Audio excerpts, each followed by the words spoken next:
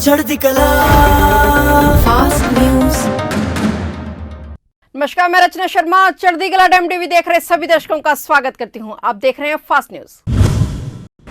उत्तर प्रदेश में विधानसभा चुनाव के 5वें चरण के तहत आज रविवार को हो रहे मतदान के बीच प्रधानमंत्री नरेंद्र मोदी ने राज्य की जनता से बड़ी संख्या में लोकतंत्र के इस उत्सव में भाग लेने की अपील की। इस चरण में राज्य के 12 जिलों की 61 सीटों पर मतदान हो रहा है। इन जिलों में श्रावस्ती, बहराइच, गोंडा, बाराबंकी, सुल्तानपुर, अयोध्या, प्रतापगढ़, प्रयागराज, कौशाम्बी, रायबरेली, अमेठी और चित्रकूट शामिल हैं। पीएम मोदी ने एक ट्वीट में कहा कि उत्तर प्रदेश में लोकतंत्र के उत्सव का आज 5वां चरण है। सभी मतदाताओं से मेरा निवेदन है कि वे अपने मताधिकार का प्रयोग करें और अपने कीमती वोट अवश्य दें। इस चरण में उप मुख्यमंत्री केशव प्रसाद मौर्य सहित राज्य सरकार के कई मंत्री चुनाव मैदान में हैं। मौर्य कौशाम्बी जिले की सिराथू सीट से चुनावी मैदान में हैं।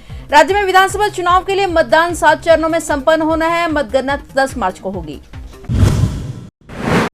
आज उत्तर प्रदेश में विधानसभा चुनाव के 5वें चरण के तहत 12 जिलों के 61 सीटों पर मतदान हो रहा है। इन सीटों पर कई बड़े नेताओं की साख दांव पर लगी हुई है। इसके तहत मतदान से पहले सूबे के मुख्यमंत्री योगी आदित्यनाथ ने भी ट्वीट कर मतदाताओं से मतदान की अपील की। सीएम योगी ने लिखा कि उत्तर प्रदेश विधानसभा चुनाव 2022 का आज 5वां चरण है। अपने प्रदेश के उत्थान के लिए, सुशासन, सुरक्षा व सम्मान की प्राप्ति के लिए, भय मुक्त, दंगा मुक्त, अपराध मुक्त परिवेश के लिए सभी सम्मानित मतदातागण अपने वोट का प्रयोग अवश्य करें। सीएम योगी ने कहा कि अतः संकल्प करें कि पहले मतदान फिर जलपान।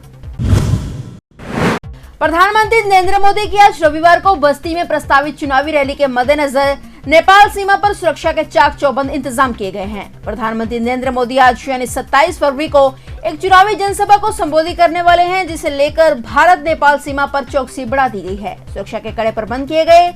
हर आने जाने वाले यात्रियों पर कड़ी नजर रखी जा रही है। बॉर्डर से आने जाने वाले हर व्यक्तियों की गाड़ियों की तलाशी ली जा रही है।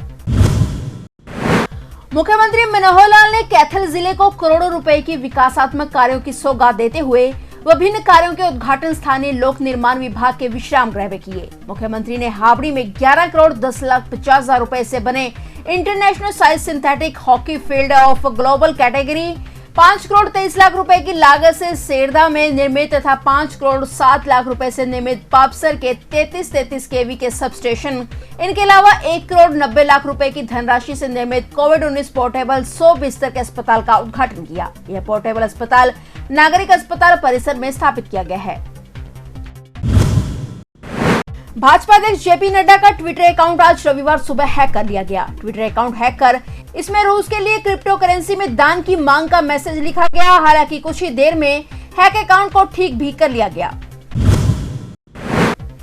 देश में कोरोना की रफ्तार घटती हुई दिखाई दे रही है। भारत में पिछले 24 घंटे में कोरोना के कुल 10,273 नए मामले सामने आए हैं। पिछले एक दिन में कोरोना के 20,439 मरीज ठीक भी हुए हैं और 243 लोगों की जबकि मौत हो गई है। देश में इस समय कोरोना के सक्रिय मामलों की संख्या कुल 1,11,472 है। देश में अब तक संक्रमण से ठीक होने वाले लोगों की कुल संख्या 4 करोड़ 22,90,921 है, जबकि कोरोना का शिकार होकर देश में अब 5,13,724 लोगों की मौत हो चुकी है। हालांकि कोरोना को रोकने के लिए देश भर में चलाए जा रहे वैक्सीनेशन अभियान के तहत अब तक कुल वैक्सीनेशन की संख्या 177 करोड़ 44,08,129 हो गई है। देश की राजधानी दिल्ली में कल सोमवार से नाइट कर्फ्यू सहित कोविड-19 संबंधी सभी पाबंदियां हट जाएंगी। अब दिल्ली में लोग सोमवार से अपने प्राइवेट कार में बिना मास्क पहने चल सकेंगे। हालांकि सार्वजनिक स्थानों पर अभी मास्क को जरूरी रखा गया है और नहीं पहनने पर जुर्माना भी लगाया जाएगा, क्योंकि दिल्ली में कोरोना की स्थिति में सुधार हुआ है और नए केस में काफी कमी आई है। इसके तहत महामारी को लेकर लागू पाबंदियां हटाने का ऐलान कर दिया गया है। सभी पाबंदियां हटाने को लेकर जारी आदेशानुसार सोमवार यानी 28 फरवरी से लागू होगा। दिल्ली में नाइट कर्फ्यू खत्म कर दिया गया है। सभी दुकानें, शॉपिंग मॉल, रेस्टोरेंट, बार अब बिना किसी पाबंदी के खुल सकेंगे और बंद हो सकेंगे। हालांकि स्कूल संबंधी दिशा निर्देश या पाबंदियां फिलहाल लागू रहेंगे, यानी स्कूल ऑनलाइन और ऑफलाइन दोनों तरह से चलेंगे। पिछले 24 घंटे के दौरान अचानक राजधानी दिल्ली, एनसीआर और पश्चिमी यूपी में मौसम का मिजाज बदल गया है। तेज हवाओं के साथ साथ कहीं कहीं ओलावृष्टि भी हुई है। इसका सबसे बुरा असर खड़ी फसल पर पड़ा है। जिन खेतों में पहले से सिंचाई हो चुकी थी, उन खेतों में खड़ी फसल बारिश और तेज हवा के कारण गिर चुकी है। इससे किसानों को भारी क्षति हुई है। दूसरी ओर भारतीय मौसम विभाग ने अगले 24 घंटे तक कई राज्यों में बारिश का पूर्वानुमान लगाया है। वहीं पंजाब, राजस्थान, हरियाणा, दिल्ली और आसपास के इलाकों में तेज हवाएं चल रही हैं, जिस कारण सर्दी का असर बढ़ गया है। मौसम विभाग ने अपने अलर्ट में कहा है कि अगले 24 घंटे के दौरान पंजाब, उत्तर हरियाणा, चंडीगढ़, उत्तर और उत्तर पश्चिम भारत के अधिकांश इलाकों में हल्की और मध्यम वर्षा के साथ गरज के साथ छींटे और बिजली चमकने की आशंका है। वहीं यूपी में अगले 24 घंटे तक ओलावृष्टि की भी आशंका व्यक्त की गई है। देश भर में आज से राष्ट्रीय टीकाकरण दिवस पल्स पोलियो अभियान चलाया जा रहा है। 27 फरवरी से 1 मार्च तक देश भर में चलाए जा रहे राष्ट्रीय टीकाकरण दिवस पल्स पोलियो अभियान के संबंध में जगह जगह जागरूकता रैली को हरी झंडी दिखाकर रवाना किया गया। 5 वर्ष तक के बच्चों के पोलियो टीकाकरण अभियान को रविवार 27 फरवरी को सफल बनाने के लिए जिला टीकाकरण अधिकारी के निर्देशन में बूथ स्थापित किए गए हैं।